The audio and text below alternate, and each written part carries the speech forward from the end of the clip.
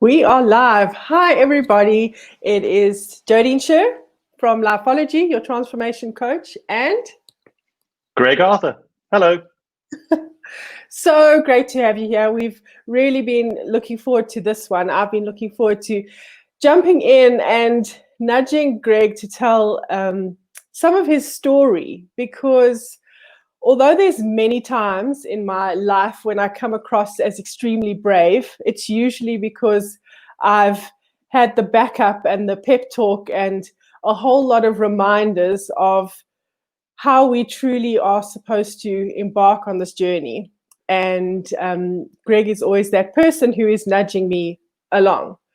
So, Greggy, I wanted to really get people to understand some of the what I think are incredibly brave things that you have done, all the way from the start of our journey, and just to get them to see behind the scenes what it's like for you to have manifested and created so much in your life that you've wanted, despite the fears and the everything that's come along with it. So what I wanted to start with was, as far back as you and I deciding that Lifeology would be our journey, I was so used to it. I had been in entrepreneurship since I was like in my early 20s. I'd owned a business for a good couple of years, and you were like deep in corporate. And we decided to do Lifeology. So I want to know from you, what was it like to transition from a world that was so structured and that had everything in place, where there was just this security all the time, to this incredible unknown world of entrepreneurship? Yeah, there were a few things that I struggled with, that's for sure, and the structure was one of them. Allowing myself the freedom to structure my own days became quite a difficult thing initially, because I was so stuck on getting up at a certain time, leaving the house at a certain time in order to be in the office. And now I had all this time working from home, and it threw me, and I started to get quite hard on myself to make sure that I was always productive. And essentially I started to drain some of the enjoyment out of being self-employed in those early days. And it took a while, and some of your encouragements to understand that actually it's for me to set my own goals now. It's not, I don't have to listen to what somebody else wants me to do or what a company wants me to achieve. But that brought on another challenge, and that was having to promote myself, not promote a company. It's quite amazing that if in the corporate world, if you're promoting a product or a business, it's so much easier than actually standing up and going, don't you want to pay to spend time with me, or look at what I've made? It was a huge shift for me that took my esteem quite a while to get used to. There is something, though, that you had to teach me, even though I'd been in entrepreneurship for so long. The great gift that you gave me was that you never let yourself get consumed and completely sucked into all the hours of every single day. You never, ever let go of those boundaries. You knew that a weekend was a weekend, and to this day, you still know a weekend is a weekend. Well, I think that actually that quality is as old as I am. Really, it goes back to my childhood.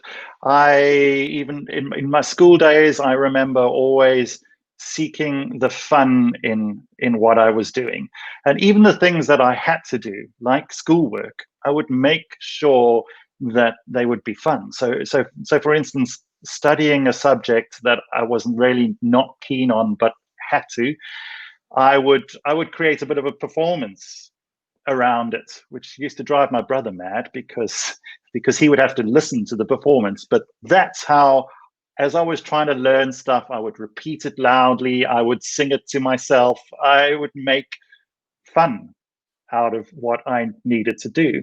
And that has continued to be my guide through this journey, is making sure that if I have to do it, I need to find something fun in it, and B, if I don't have to do it and it's not fun, then I should do something else.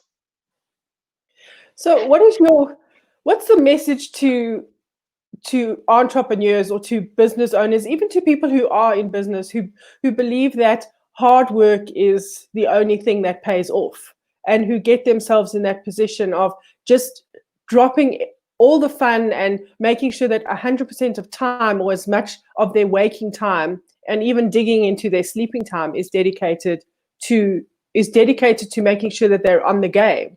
What's your message to them? Because you never did it that way, and we really have had incredible success in Lifeology.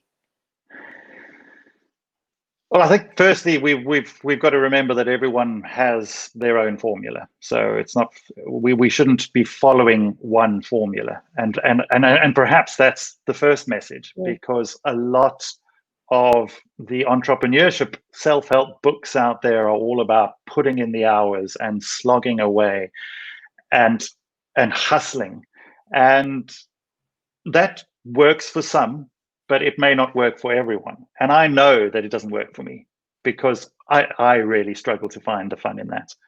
And so I had to work out my own way of putting in the effort and putting in the time in a way that worked for me.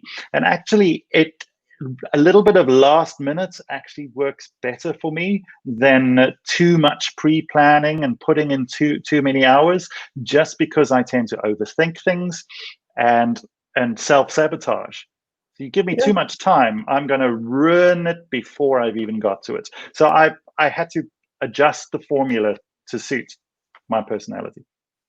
Which is so important, because the big thing, and you and I both know it, is that there's so many different options that there are within all the self-help space, and everyone's trying to find one option, and then you read something and someone else is reading something else, and people forget that actually it's about creating your own journey, which you've been so good at. And one of the biggest things that I watched you take a while to figure out and then settle into and transition with was deciding to relocate.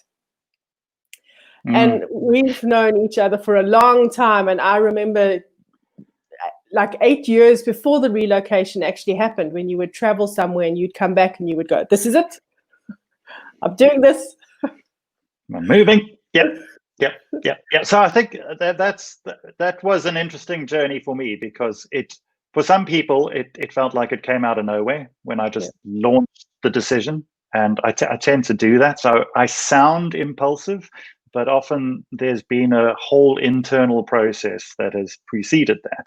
And when it came to the relocation, I'd been thinking about it for possibly 10 years, but always I was putting blocks in the way, and I was convincing myself it wasn't the right time. And as it turns out, it probably wasn't the right time, because when it was the right time, it just felt right. So there was I narrow it down to a conversation amongst friends, and they asked me, "You keep talking about moving somewhere else and how you really want to do it in your life, but so when are you going to do it? What's holding you back?" And it was at that point, when I tried to justify not doing it and I couldn't, I realized it was time to do it. And I just launched into motion. And when I talk about how I overthink things, I approached it like a child approaching a jungle gym for the first time. It looked like fun, and I thought, let me just grab onto this and start to climb.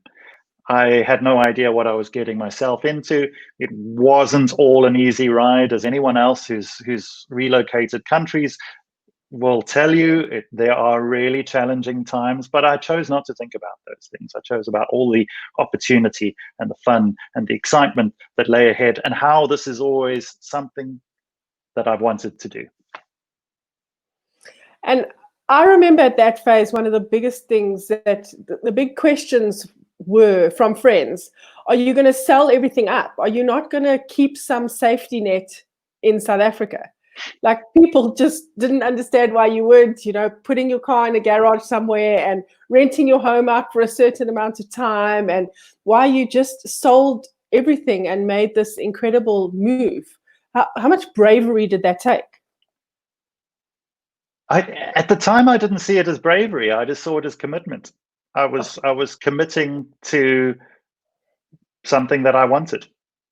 And look, part of it is also calculated risk. I knew that I wouldn't be able. I didn't have work when I moved to London, so I knew I needed some cash to survive for a period of time, and I needed to generate that cash. So I needed to sell some of my assets, and that helped me to move across.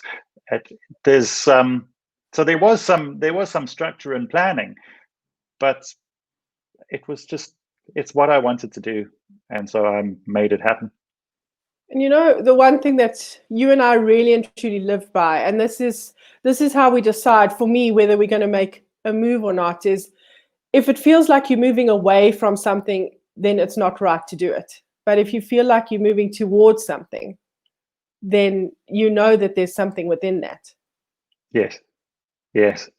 It's still a complicated answer to the question when people ask me, why did you leave South Africa? Because it's not the standard that everyone expects me to say, because it's a part of my internal journey as well. It's not just about the environment. I wasn't leaving one environment to move to another. I was taking myself on a journey that I'd always wanted to go on.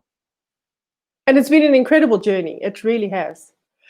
And a big part of that journey for me, obviously it was a big thing for me to have my best friend and business partner move so very far away. And there's these voices. I remember all these different voices, some of them internal, some of them for people who really and truly cared about you in the process, where we get stuck in the collective. And the collective says, when you move overseas, what you need to do is find a job. When you move overseas, what you need to do is tick all of these kinds of boxes. And you didn't tick any of those boxes. You chose to do something, very out of the box, although it wasn't an easy process to do. Yeah, there was. I'm smiling because there was a bit of last minute panic, which I liken. I've never bungee jumped, but I can only imagine this is what happens. You go, oh yeah, I'm going to bungee jump, and you drive to the venue and you go through the safety briefing and you're all pumped up. You go, yeah, that's great, and then they start strapping you in, and you're like, okay, this is fine, and then they say, okay, now step to the edge and throw yourself over, and that's when you go, oh dear, I don't know if this is a good idea. That's what I had in the last 2 weeks before moving to London, because I was throwing myself into a bit of an unknown, and 2 weeks before I didn't even have anywhere to stay. I hadn't quite organized that yet, but I knew people here, and yeah, it was a friend kindly stepped in and gave me a place to stay, and everything rolled on from that. Actually, so much opportunity arose from that one contact with that friend. And then expanding into Lifeology UK, which was yeah. Well, that's I don't see why anything nowadays needs to be limited by these borders that we've created around countries. I think I would like to see more freedom of movement across the world, and so yeah, I'm definitely not going to keep myself limited as far as I can legally. But I think for a lot of people, we get stuck, and I know that sometimes you have to pull me out of this, that people get stuck in, it seems like this is the way that it has to work because this is how the rest of the collective is doing it. Or this is the collective feeling at the moment, and how do I keep myself separate from it? And you've really been good at that and managed to do that. For me, in two spaces. The one's been with money. definitely. And I've watched you now with all of these shifts and changes in the world, how we just keep on going. And a lot of that comes from you, because if it was up to me, we would be unpacking the world a whole lot more when we were together, but you don't even give me a chance to do that, which I'm grateful for. Right. It is a challenge. And it definitely depends on where my esteem's at as to how comfortable I am just surging forward, regardless of the voices, the external voices, the people around me and what they're saying. And often in fact, most of the time, it's with good intentions. People are wanting to be caring. And so they say things like, aren't you concerned that you're going to run out of money? Aren't you worried that things won't work out and then you won't have a house to come back to? What will happen then? And I just, when I'm feeling good about myself and when I'm feeling strong, it's fine, because I can see where they're coming from. And sometimes I have to fish for a response that is both respectful and polite, but still taking myself forward. But at other times it affects me, and then I start to doubt what I'm doing and where I'm going.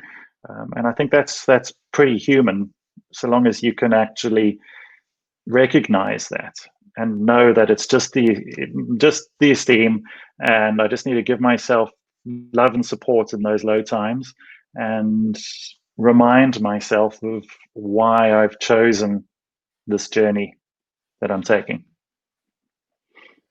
Is there something that you do, like to dig a little bit into who you are, like in those moments? Because I know that there's a lot of people who look around, and especially because of the energy that you put out into the world, it doesn't seem like you have those low moments. A lot of people just get the feeling that you go and go and go. Like, just to dig a little bit deeper in, how do you actually, what do you do? What do you say to yourself to get yourself out of those low esteem moments? Well, firstly, it's important that I take myself out of the presence of others.